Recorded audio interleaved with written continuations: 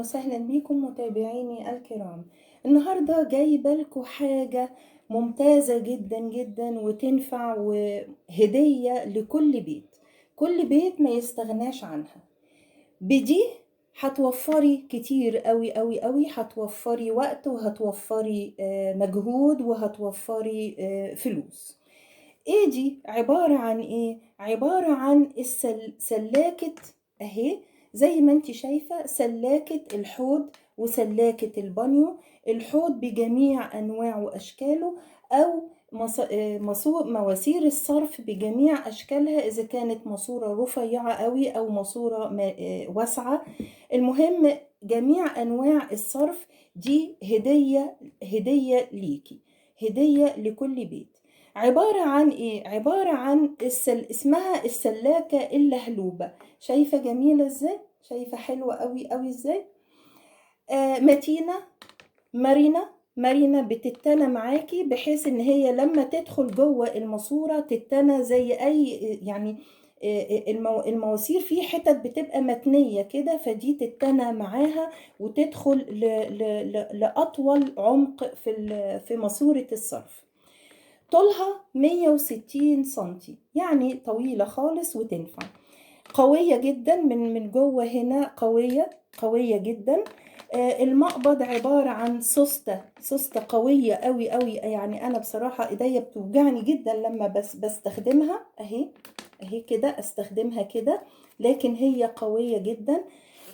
المقبض عبارة عن سيليكون علشان إيديكي تبقى مرتاحة وانتي بتضغطي، واخدة بالك.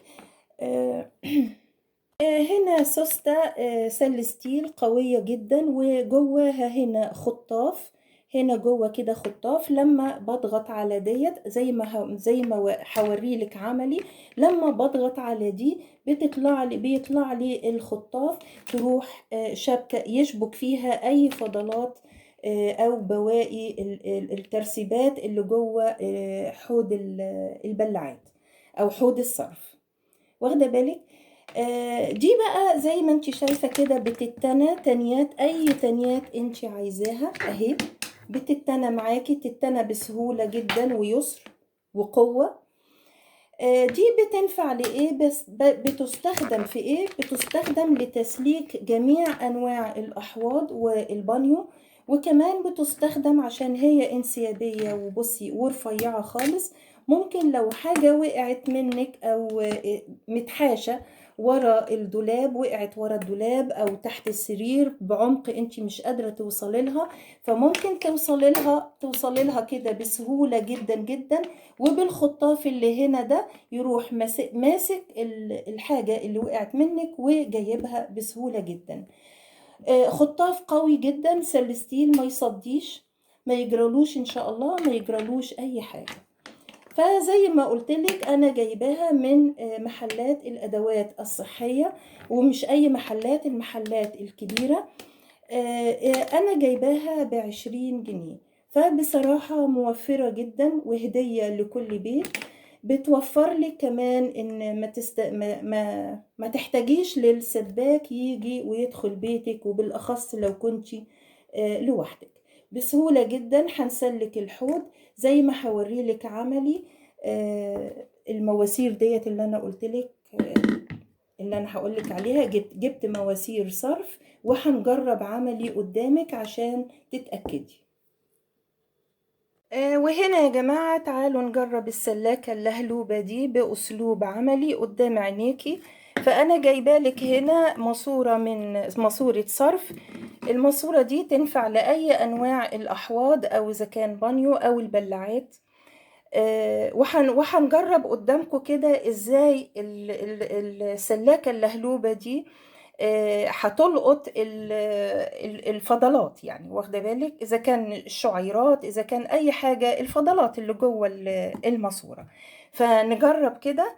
انا جايباها، بصي ادي الماسوره، هنتنيها بالمنظر ده زي ما انت شايفه، لانها ممكن في الكوع يعني تحت الحوض بتبقى متنيه كده شويه.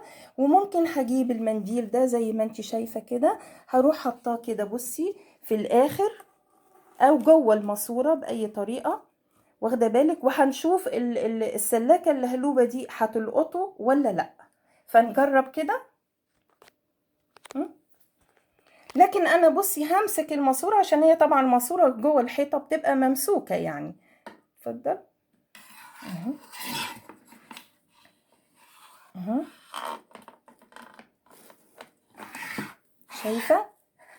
شايفه دخلت ازاي؟ بصي التانية بتتنى معاكي اي اتجاهات، تتنى 360 درجه، فلحد ما هتوصل للفضلات او المنديل اللي انا حطاه، وبعدين تلقطه.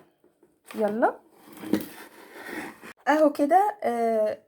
نجرب كده بقى. شد السلاكة دي، هنلاقيها لقطت الايه المنديل. شايفة اهي، شايفة عدى المنديل اهو، ويعدي من الماسورة كلها بنظافة من غير اهي. بسم الله اهي، شايفة؟ اعمل بقى الخطاف كده لو سمحت. ايوه اهي، بصي اهي، ادي الخطاف مسكها اهي، بصي اهي، من غير بقى ما نحط مواد كيماوية زي مية النار او المواد اللي بتسلك دي، كلها داخل فيها مية نار، ممكن مع كتر الاستخدام تخرم الماسورة اللي جوه الحيطة من غير ما ناخد بالنا، وطبعا بتعمل رشح للمية في الحيطة وتعمل رطوبة. فاحنا كده بنسلك الأحواض والبانيو بطريقة نظيفة جدا وطريقة آمنة. واخدة بالك؟ بصي كمان هنعمل تجربة مع بعض، ان السلاكة اللهلوبة دي ليها خطاف قوي جدا. تشوفي كده الخطاف معايا. بصي بسم الله الرحمن الرحيم، قوي جدا. ممكن كمان عشان هي انسيابية ورفيعة كده، فممكن تدخل لو وقع منك حاجة مثلا ورا الدولاب او ورا تحت السرير او ورا في جنب السرير، المهم يعني في مكان جامد صعب ان انت تدخلي او تحركي قطعة الاساس بتاعتك، فهي ممكن تدخل بدالك وتجيب الحاجة اللي وقعت منك. فتجربة كأن مثلا هنا شعيرات او اي فضلات او منديل او اي حاجة واقعة منك، سي مثلا نقوله تحت السرير او ورا الدولاب، وهنجيبها ازاي؟ هندخل بقى السلاكة دي لحد المكان، وبعدين بسم الله الرحمن الرحيم نحاول نجيب. شايفة خطفتها وخلاص. ناخد بقى ناخد كده حاجة تانية كده اهي. شايفة عاملة ازاي اهي، وتروحي سحباها بكل سهولة. وهقولك حاجة، مهما كان الحاجة اللي وقعت منك تقيلة او كده، فهي الخطاف ده قوي جدا. والسوستة زي ما قلتلك في المقدمة، شايفة قوية جدا تستحمل اي تقل. فانصحكم ان انتوا تشتروها.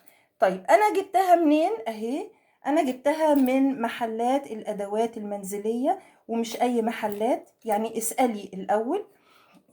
وهي يعني في سوق دوت كوم بتتباع ب35. شايفة قوية ازاي؟ وممسك يعني، ماسكة ما تفلتش. واخدة بالك؟ في سوق دوت كوم تقريبا بتتباع ب35، انا جايباها ب20 جنيه. وزي ما قلتلك هي طولها تقريبا 160 سنتي، يعني